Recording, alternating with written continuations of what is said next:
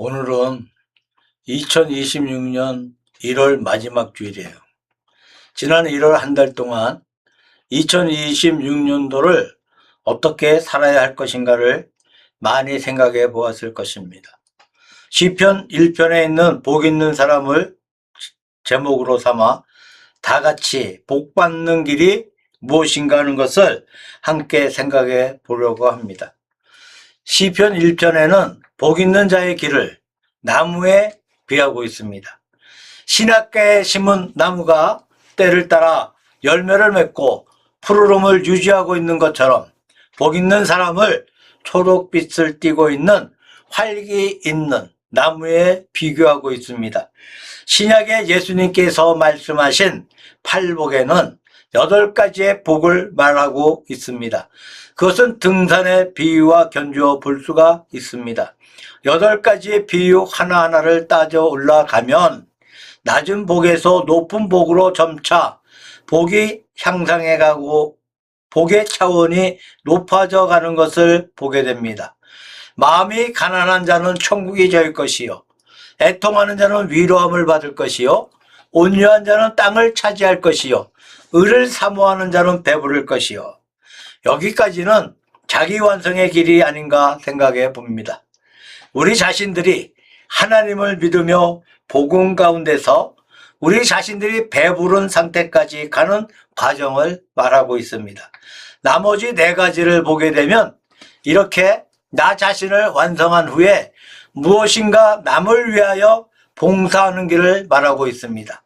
남에게 긍휼을 베풀어 주고 사람 사이에 화평을 일으켜주고 드디어 마지막에는 복음을 위하여 옳은 길을 위하여 흔연히 고난도 감수한다고 하는 최고의 축복을 받는 길을 가고 있는 것 같습니다. 우리가 복을 받는다 하는 것은 제가 생각하기에는 사람의 본능이 아닌가 생각해 봅니다. 새해를 맞이하게 되면 사람들이 사주팔자를 보고 관상을 보고 손금을 보고 하는 여러 가지의 일들이 많이 있습니다만, 따지고 보면 사람이 복 받고자 하는 것은 인간의 본능이라고 말할 수가 있습니다. 어떤 사람은 현대 교회를 비판해서 교회가 하나님 앞에 나와서 복을 달라고만 한다, 그렇기 때문에 그것은 참된 신앙이 아니고 기복신앙이라고 하면서 한마디로 단죄하는 것을 볼 수가 있습니다.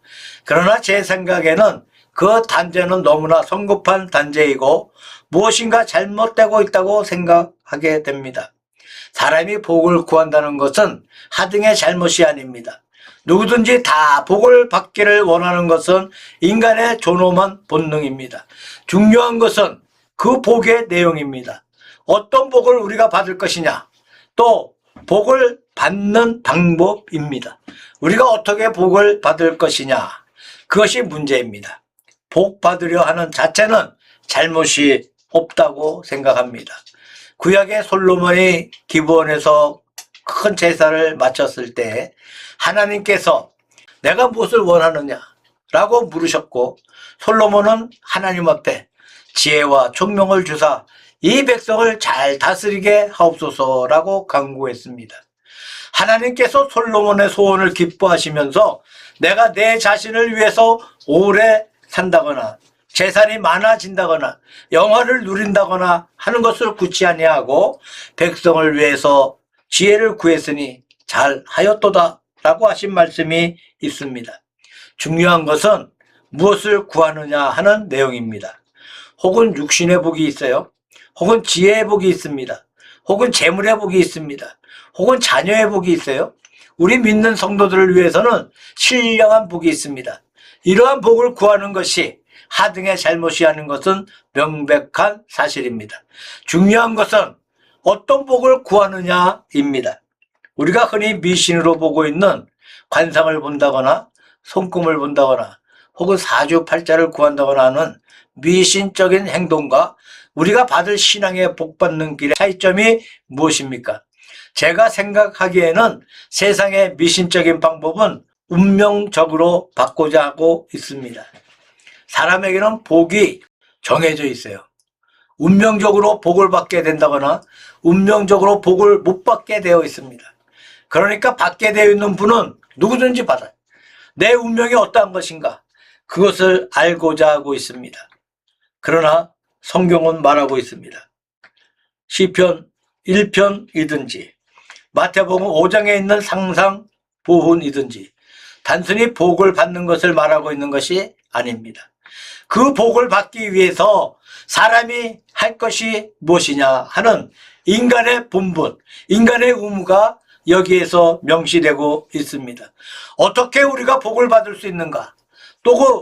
또한 복을 받아서 무엇을 할 것인가? 복 받기 위해서 사람이 할 본분이 무엇인가를 말씀하고 있는 줄로 생각합니다. 이것이 올바른 복을 받는 자세이고 올바르게 복을 받은 결과라고 말할 수가 있습니다. 이제 시편 1편을 중심으로 해서 복 받는 자의 길을 우리가 생각해 보기를 바랍니다. 첫째로 하나님께 끊임없이 공급받는 자가 있어요. 먼저 복 있는 자는 적극적으로 말해서 시냇가에 심은 나무가 시절을 쫓아 과실을 맺는다. 그렇게 말씀하고 있습니다. 시냇가, 산골짜기나 평지에 흐르는 자그마한 대로 강보다 작은 물줄기를 말합니다. 팔레스타인에서 시내나 강의 물은 애굽이나 바벨론과는 달리 아주 귀중했습니다. 그 흐름은 사막에 꽃을 피게 하고 식물에 생명을 주고 열매를 맺게 하고 하나님의 축복의 실현으로 생각했습니다. 이 시냇가에 심은 나무라는 표현은 공급을 충분히 받는다는 의미입니다. 성지에 가면 비가 오는 양이 적습니다. 1년 내내 오는 비의 총량이 불과 100mm 정도입니다. 대단히 메마른 산천입니다. 그러나 물의 공급이 없는 땅에서 시냇가에 심은 나무는 비가 오든지 말든지 거기에서 순분을 얻을 수가 있습니다. 제 생각에는 식물에는 두 가지 공급이 필요한데 하나는 수분이고 하나는 빛입니다. 수분이 충분히 공급되고 햇빛을 잘 받으면 식물은 잘 자라고 훌륭한 나무가 될 수가 있습니다. 그러나 햇빛의 문제보다 더 큰 문제는 수분에 있어요. 그러므로 수분의 해결이 중요합니다. 그러므로 시냇가에 심은 나무라고 말하고 있는 것이 아닌가 생각합니다. 우리가 하나님 앞에 신령한 복을 받는 것도 그런 줄로 생각됩니다. 영적인 복이 무엇이냐? 하나님 앞에 충분한 은총을 받는 것이 복 있는 자의 첫 번째 비결인 줄로 생각합니다. 수분이라는 것은 성경 말씀 가운데 성령을 표시하고 있습니다. 너희 속에 성령께서 임하실 때 생수가 강같이 흐르리라. 우리 마음속에 끊임없이 흘러가는 생수처럼 성령께서 우리 마음속에 비춰오는 사실을 말합니다. 예수 그리스도께서는 자신을 빛이라고 말을 하고 있습니다. 나는 세상의 빛이라 라고 말씀하셨고 참빛이 땅 위에 임하였으니 예수님을 참빛으로 표시하고 있습니다. 그래서 성령의 은사와 예수님의 은총을 가리켜서 물과 불이라고 말씀하고 있는 것입니다. 아마 우리 인간의 모든 생활 가운데 가장 필요한 것이 물과 불이 아닌가 생각합니다. 물이 없는 곳에 사람은 못 삽니다. 햇빛이 비치지 않는 곳에 사람이 살지 못합니다. 요즘은 고층 아파트가 많이 있습니다만은 고층 아파트가 건립될 때 만약 거기에 두 가지가 없다면 사람이 살 수가 없습니다. 하나는 전기 혹은 전열기가 필요합니다. 하나는 수돗물이 필요합니다. 만약에 물의 공급이 없다거나 열의 공급이 없는 집에서는 아무리 설비가 좋다 하더라도 살지를 못합니다. 성지에 가면 메마른 땅입니다만 메마른 성지 중에서 한 곳 여리고는 예외의 도시가 되고 있습니다.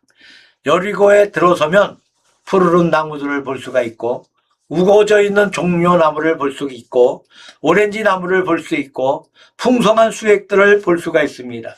그 이유는 바로 여리고 뒤편에 예수님께서 사단에게 시험 받으신 산이 있습니다만은 그 시험산이 상당히 높은데 그 높은 산 중턱에서 이상하게도 샘이 솟아나 아주 흘러 넘칩니다.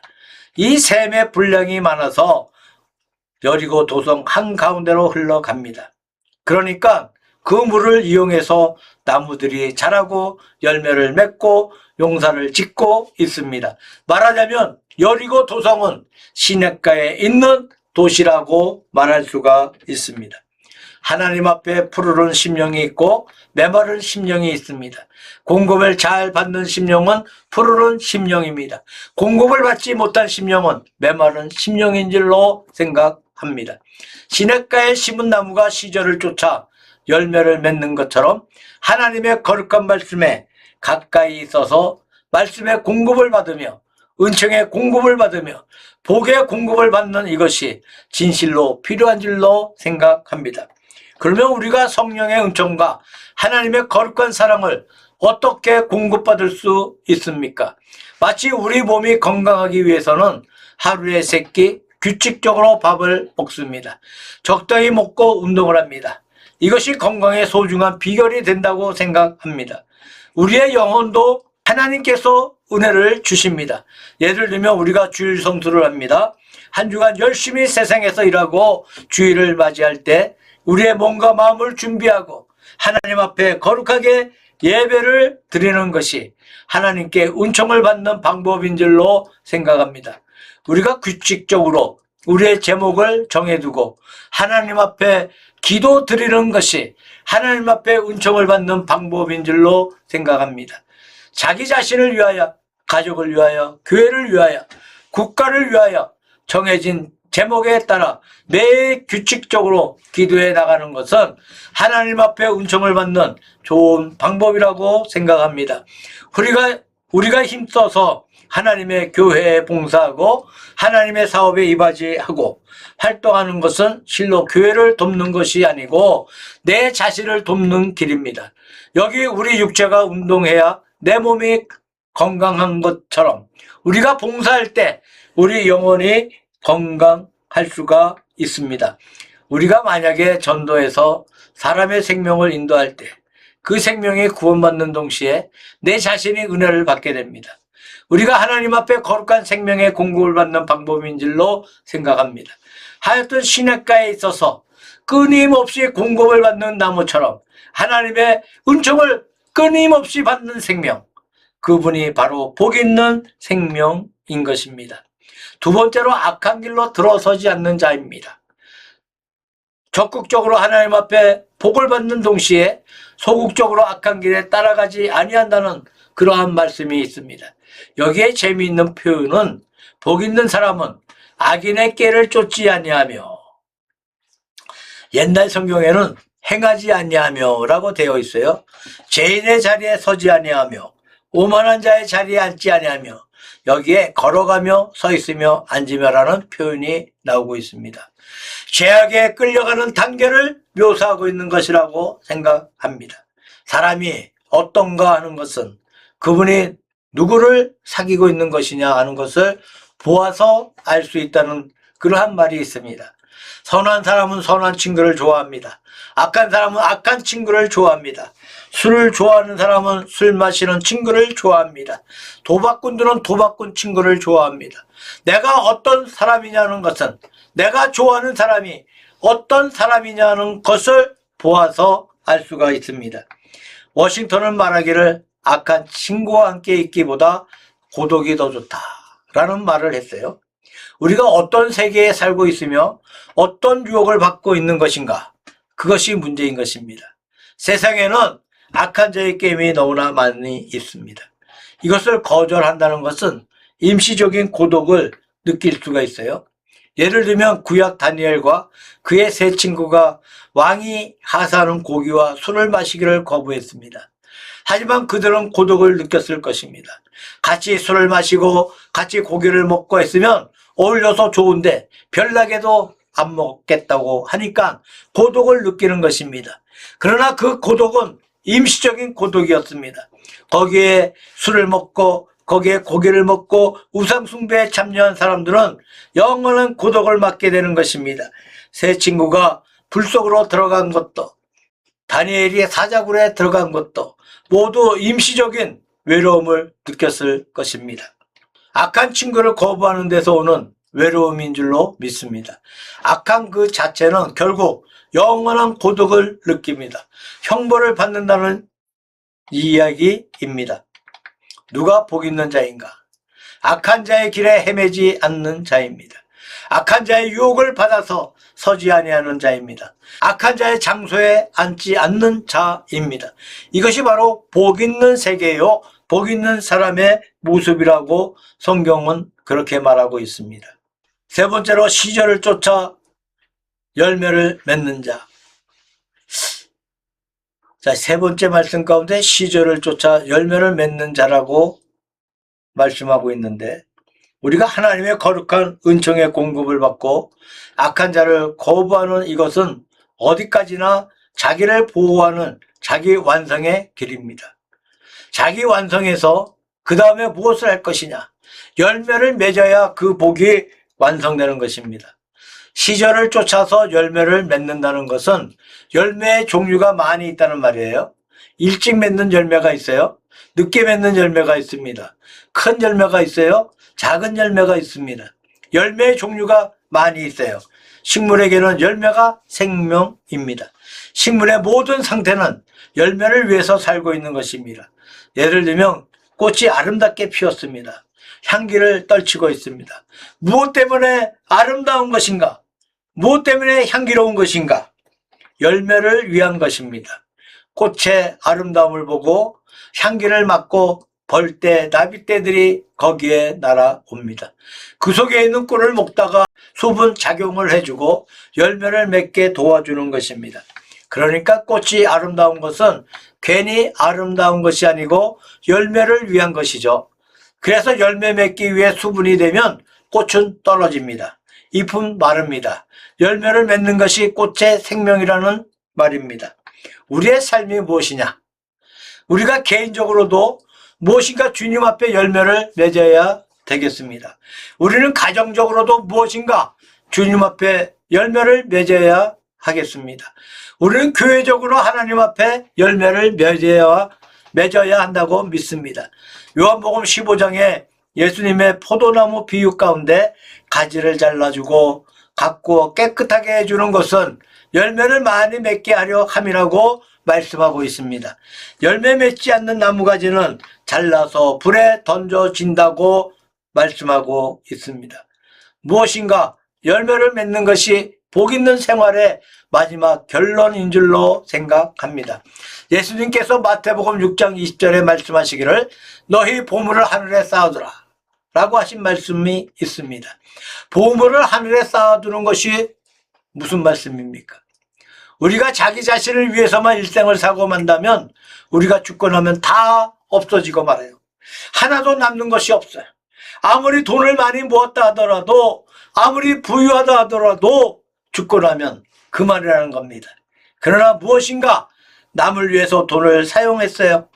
무엇인가 아름다운 봉사를 했습니다. 무엇인가 값 있는 사실을 만들어 놓았습니다. 그것이 바로 열매예요. 하나님 나라에 기록되고 있는, 하나님 나라에 간직되고 있는 좋은 보배인 줄로 생각합니다. 시편 1편은 맨 처음에 복 있는 자는 이렇게 시작하고 있습니다. 그리고 마지막에 악인의 길은 망하리로다 그렇게 끝나고 있어요. 말하자면 복 있는 자와 악한 자의 두 길이 대조되고 있습니다. 복 있는 자와 멸망하는 자, 의로운 자와 약한 자, 이 두 줄기를 여기에 표시하고 있습니다. 아득한 옛날에 인간의 조상 아담의 자손 가운데서 아벨과 가인이 태어났습니다. 아벨은 의로운 길로 갔어요. 가인은 악한 길로 갔습니다. 그때부터 인간 세계에 두 길이 나누어진 줄로 생각합니다. 우리가 자세히 볼 때에 우리의 주변에 언제나 두 길이 놓여 있습니다. 우리가 어느 길로 갈 것이냐? 악한 자의 길을 거부하고 의로운 자의 길을 가서 열매 맺는 것이 바로 하나님 앞에 크나큰 축복의 길인 줄로 생각합니다. 악한 자가 넘어질 때 굉장한 소리가 들려오고 난리를 치지만 거기에 아무것도 남는 것이 없어요. 그러나 의로운 자가 작은 아름다운 씨앗을 뿌릴 때에는 소리가 없습니다. 모양도 없습니다. 그러나 세월이 흘러가면 거기에서 음이 터나와요. 무엇인가 열매를 맺습니다. 영원히 계속되는 영광스러운 열매를 볼 수 있는 것입니다.